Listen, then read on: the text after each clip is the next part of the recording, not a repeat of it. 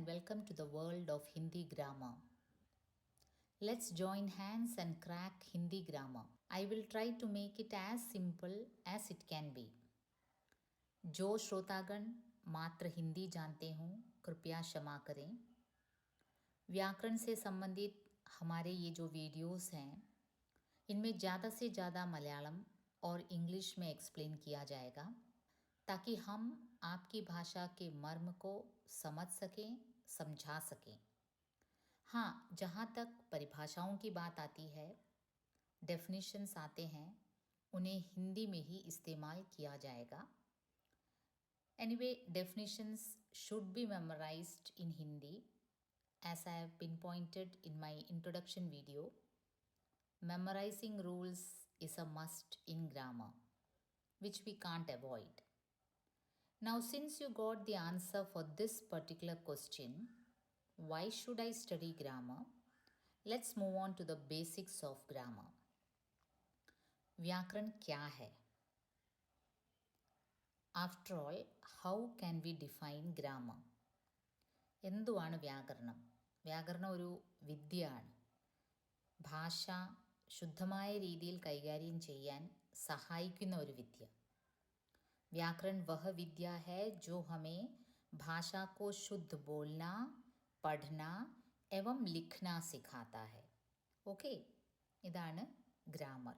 വ്യാകരണം എന്തുവാണ് എന്നുള്ളൊരു ഡെഫിനിഷൻ ചോദിക്കുകയാണെങ്കിൽ വേറെ ഒന്നുമല്ല, ഭാഷ ശുദ്ധമായ രീതിയിൽ കൈകാര്യം ചെയ്യാൻ നമ്മെ സഹായിക്കുന്ന ഒരു വിദ്യയാണ്. ആ നിലയ്ക്ക് ഈ വിദ്യ നമ്മൾ നമ്മുടെ കൈക്കലാക്കണം. അതായിരിക്കണം നമ്മുടെ ലക്ഷ്യം. വ്യാകരണം എന്താണ്, അതിനെ ഡിഫൈൻ ചെയ്യുന്നത് എങ്ങനെയാണ്, അതിൻ്റെ ഇപ്പം ഞാൻ നേരത്തെ പറഞ്ഞത് വ്യാകരണത്തിൻ്റെ യൂസേജാണ്. നമ്മളെ ഭാഷ ശുദ്ധമായി കൈകാര്യം ചെയ്യാൻ പഠിപ്പിക്കുന്ന ഒരു വിദ്യ. അത് മാത്രമല്ല ഗ്രാമർ. व्याकरण भाषा की वह शाखा है जिसमें भाषा के अंग प्रत्यंग का विश्लेषण एवं വിവേചൻ करना हमें सिखाता है. ഒരു ലാംഗ്വേജിൻ്റെ പല യൂണിറ്റ്സ് ഉണ്ട്. ഏറ്റവും സിംപ്ലസ്റ്റ് യൂണിറ്റാണ് ആൽഫബറ്റ്സ്. ഒരു ലാംഗ്വേജിൻ്റെ അക്ഷരം എന്ന് പറയുന്നത്, അല്ലെ ഹിന്ദിയിൽ അതിനെ വർണ്ണം എന്ന് പറയും. അപ്പം വർണ്ണം എന്തുവാണെന്ന് പഠിക്കും. പിന്നെ ഈ ആൽഫബറ്റ്സ് ചേർന്നിട്ടാണ് വേർഡ്സ് ഉണ്ടാവുന്നത്, ഇല്ലേ? അക്ഷരങ്ങൾ ചേർന്ന് വേർഡ്സ് ഉണ്ടാവും. അപ്പോൾ അത് ശബ്ദമാവും ഹിന്ദിയിൽ. അപ്പോൾ ശബ്ദ വിചാരം നമ്മൾ പഠിക്കും. എന്തുവാണ് ശബ്ദ്, എങ്ങനെയാണ് ശബ്ദ് ഒറിജിനേറ്റ് ചെയ്തത്, അതിൻ്റെ ഉത്പത്തി എന്താണ്, ഒരു ലാംഗ്വേജിൽ വേറെ ലാംഗ്വേജിൻ്റെയൊക്കെ ശബ്ദം വന്നിട്ടുണ്ടോ, അങ്ങനത്തെ ഈ വർണ്ണത്തെ പറ്റി ആദ്യം പഠിക്കും. ആൽഫബറ്റ്സിനെ പറ്റി, അതിനെ വർണ്ണവിചാർ എന്ന് പറയും. ശബ്ദിനെ പറ്റി പഠിക്കും, കാരണം വർണ്ണ് കഴിഞ്ഞ് ഈ ഡിഫറെൻറ്റ് ആൽഫബറ്റ്സ് അക്ഷരങ്ങൾ ചേർന്നുണ്ടാവുന്നതാണ് ശബ്ദ്, വേർഡ്. അപ്പോൾ ആ ക്ലാസിഫിക്കേഷൻ ഓഫ് വേർഡ്സ് നമ്മൾ പഠിക്കും. എങ്ങനെയാണ് വേർഡ്സ് ഒറിജിനേറ്റ് ചെയ്തത്, അതിൻ്റെ ഉത്പത്തി, അതിൻ്റെ സ്ട്രക്ചർ. ഓരോ ലാംഗ്വേജിനും ഡിഫറെൻറ്റ് സ്ട്രക്ചേഴ്സാണ്, റൈറ്റ്? അപ്പോൾ മൂന്നാമത് നമ്മൾ ഈ വേർഡ്സ് ചേർത്തിട്ടാണ് നമ്മൾ വാക്യം ഉണ്ടാക്കുന്നത്, നമ്മൾ സെൻറ്റൻസിലേക്ക് പോകുന്നത്. അപ്പോൾ നാച്ചുറലി വാക്യവിചാർ, എത്ര വാക്യമുണ്ട്, ഏതൊക്കെ ടൈപ്പ് വാക്യമുണ്ട്, like simple sentence, complex sentence, mixed sentence, അങ്ങനെ സെൻറ്റൻസസ് തന്നെ പല രീതി, എങ്ങനെയാണ് സെൻറ്റൻസ് ഫോം ചെയ്യുന്നത്, അതൊക്കെയാണ് നമ്മൾ വാക്യവിചാറിൽ പഠിക്കുന്നത്. ഓക്കെ, അപ്പോൾ ഈ ഒരു ഇതിൽ തന്നെ വ്യാകരണം എത്ര അംഗുണ്ടെന്ന് നമ്മൾ മനസ്സിലായി. व्याकरण के मुख्य रूप से 3 अंग हैं. 3 ഡിഫറെൻ്റ് അംഗാണ്. ഒന്ന് വർണ്ണവിചാർ, ശബ്ദവിചാർ, വാക്യവിചാർ. So in a broad sense ഗ്രാമറിന് 3 ഡിവിഷൻസാണ്: വർണ്ണവിചാർ, ശബ്ദവിചാർ, വാക്യവിചാർ. ഇതിൽ വർണ്ണവിചാർ അക്ഷരങ്ങളെ പറ്റിയാണ്, ആൽഫബറ്റ്സിനെ പറ്റിയുള്ള സ്റ്റഡിയാണ്. അതിൽ ആൽഫബറ്റ്സ് ആണ് ഡിസ്കസ് ചെയ്യുന്നത്. അത് നിങ്ങൾ സ്കൂൾ ലെവലിൽ പഠിച്ചതാണ്, അല്ലേ? ഈ അക്ഷരമാല, വർണ്ണമാല എന്ന് പറയും. ഹിന്ദി ഭാഷയിൽ 52 വർണ്ണമുണ്ട്. വर्ण എന്തുവാണ്? ഭാഷാ की सबसे छोटी इकाई, ये भाषा की मूल इकाई होती है. ഇക്കായി എന്ന് വെച്ചാൽ വേറെ ഒന്നുമില്ല, യൂണിറ്റ്. ഒരു ലാംഗ്വേജിൻ്റെ ഏറ്റവും സ്മോളസ്റ്റ് യൂണിറ്റ്. അപ്പോൾ that means it can't be further divided. വർണ്ണത്തിനെ പിന്നീട് നമ്മൾ ഒന്നുകൂടെ സ്പ്ലിറ്റ് ചെയ്യാൻ ഒക്കില്ല. അപ്പോൾ ഒരു ലാംഗ്വേജിൻ്റെ ഏറ്റവും സ്മോളസ്റ്റ് യൂണിറ്റാണ് വർണ്ണം.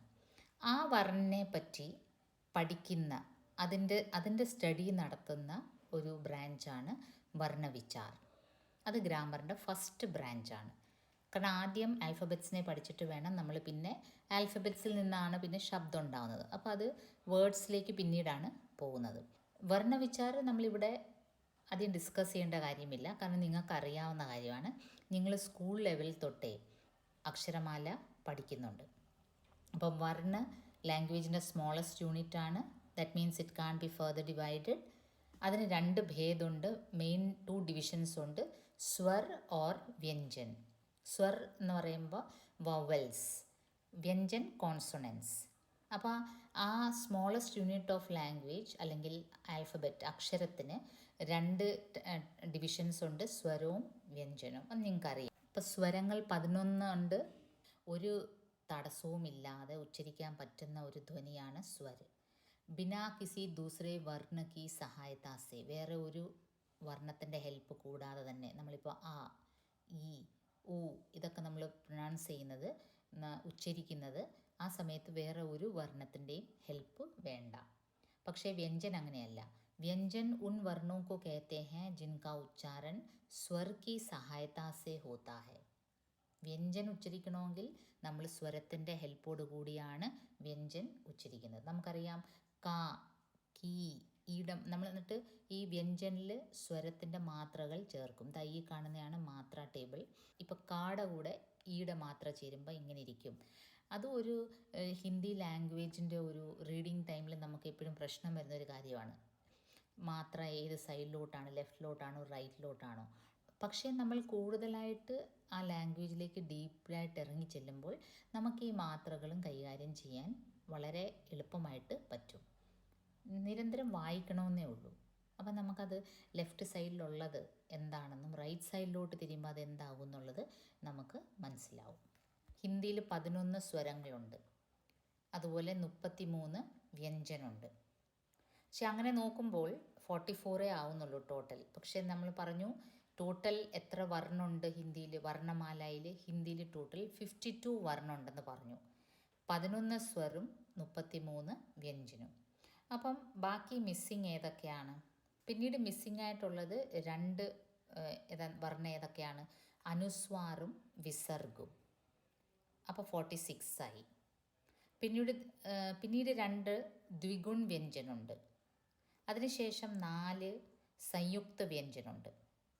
അങ്ങനെ ടോട്ടൽ 52 വർണ്ണമുണ്ട് ഹിന്ദി വർണ്ണമാലയിൽ. 52 വർണ്ണൻ്റെ ഒരു ഡിവിഷൻ ഈ ഒരു ബ്രോഡർ സെൻസിൽ ഒരു സിമ്പിളായിട്ട് ഒറ്റ ഡയഗ്രാമിൽ നിങ്ങൾക്ക് ഇങ്ങനെ അതിനെ ക്ലാസിഫൈ ചെയ്യാം. ഒറ്റ നോട്ടത്തിൽ നമുക്ക് മനസ്സിലാവും വർണ്ണ എത്ര ആണെന്നും അതിൽ സ്വരും വ്യഞ്ജനുമാണെന്നും. അതിൽ തന്നെ എന്തൊക്കെ ഡിവിഷൻസ് ഉണ്ട്. പിന്നീട് അങ്ങോട്ട് വർണ്ണവിചാറിൽ കുറേ കാര്യങ്ങളുണ്ട് പഠിക്കുന്നത്. എങ്ങനെയാണ് വർണ്ണ പ്രൊനൗൺസ് ചെയ്യുന്നത്, ഫോണറ്റിക്കലി എങ്ങനെയാണ് നമ്മളത് ഉച്ചരിക്കുന്നത്, എവിടെ കൂടെയാണ്, അത് ഭയങ്കര ഒരു സ്റ്റഡിയാണ്. നമ്മൾ തൊണ്ടയിൽ കൂടെയാണോ സൗണ്ട് വരുന്നത്, നമ്മുടെ ചുണ്ടിൻ്റെ അനങ്ങുന്ന പൊസിഷൻ അനുസരിച്ച്, നമ്മുടെ നാക്കിൻ്റെ പൊസിഷൻ അനുസരിച്ച് ഓരോ സ്വരങ്ങളും ഓരോ വർണ്ണങ്ങളും ഉച്ചരിക്കുമ്പോൾ അതിൻ്റേതായ രീതിയിലൊരു പ്രത്യേകതയുണ്ട്. അതാണ് വർണ്ണവിചാറിൽ, അതിനെപ്പറ്റിയാണ് ഡീപ്പായിട്ട് പഠിക്കുന്നത്. വ്യഞ്ജൻ അതെങ്ങനെയൊക്കെയാണ്, അതിൻ്റെ ഉച്ചാരണം എങ്ങനെയാണ്, അതിൻ്റെ യൂസേജ് എങ്ങനെയാണ്, എവിടെയൊക്കെയാണ് ഈ അക്ഷരങ്ങൾ ഉപയോഗിക്കുന്നത്, അതൊക്കെയാണ് വർണ്ണവിചാറിൽ പഠിക്കുന്നത്. നമ്മൾ കോളേജ് ലെവലിൽ നമുക്ക് ശബ്ദവിചാരവും വാക്യവിചാരവുമാണ് ഡിസ്കസ് ചെയ്യാനുള്ളത്. അപ്പം നമ്മൾ അടുത്ത വീഡിയോയിൽ ശബ്ദവിചാർ എന്തുവാണെന്നും ശബ്ദവിചാറിൽ എന്തൊക്കെ ക്ലാസിഫിക്കേഷൻസ് ഉണ്ട് അതായിരിക്കും നമ്മൾ ഡീൽ ചെയ്യുന്നത്. അപ്പോൾ നാച്ചുറലി നിങ്ങൾക്ക് ഊഹിക്കാം, ശബ്ദം എന്ന് പറയുമ്പോൾ വേർഡാണ്, അതിൽ നൗണുണ്ട്, പ്രോനൗണുണ്ട്, വേർബുണ്ട്, ആഡ്വേർബുണ്ട്. അതൊക്കെ എന്തുവാണെന്നാണ് നമ്മൾ ശബ്ദവിചാറിൽ പഠിക്കുന്നത്. അടുത്ത ക്ലാസ്സിൽ ഈ ശബ്ദവിചാർ എന്തുവാണെന്നും അതിൻ്റെ വർഗീകരണം എന്തുവാണെന്നും അതിൻ്റെ കുറച്ച് ആപ്ലിക്കേഷൻസും അതിൻ്റെ വിത്ത് എക്സാമ്പിൾ നമ്മൾ പഠിക്കുന്നതായിരിക്കും. അപ്പോൾ ഇന്ന് നമ്മൾ പഠിച്ചത് എന്താണ്? വ്യാകരണം ഒരു വിദ്യയാണ്, ഒരു ശാസ്ത്രമാണ്. ഭാഷ ശുദ്ധമായി കൈകാര്യം ചെയ്യാൻ നമ്മളെ പഠിപ്പിക്കുന്ന ഒരു വിദ്യയാണ്. അത് വ്യാകരണൻ്റെ യൂസേജ് പ്ലസ് വ്യാകരണിൽ 3 വർഗീകരണമുണ്ട്: വർണ്ണ, ശബ്ദ, വാക്യം. വർണ്ണ സ്മോളസ്റ്റ് യൂണിറ്റാണ്. അത് കഴിഞ്ഞ് വർണ്ണങ്ങൾ കൊണ്ടാണ് ശബ്ദം ഉണ്ടാകുന്നത്, ശബ്ദങ്ങൾ കൊണ്ടാണ് വാക്യം ഉണ്ടാകുന്നത്. അപ്പോൾ ഇതിൻ്റെ സ്റ്റഡിയാണ് ഗ്രാമർ. അപ്പോൾ അടുത്ത ക്ലാസ്സിൽ കണ്ടുമുട്ടുന്നവരെ നന്ദി, നമസ്കാരം.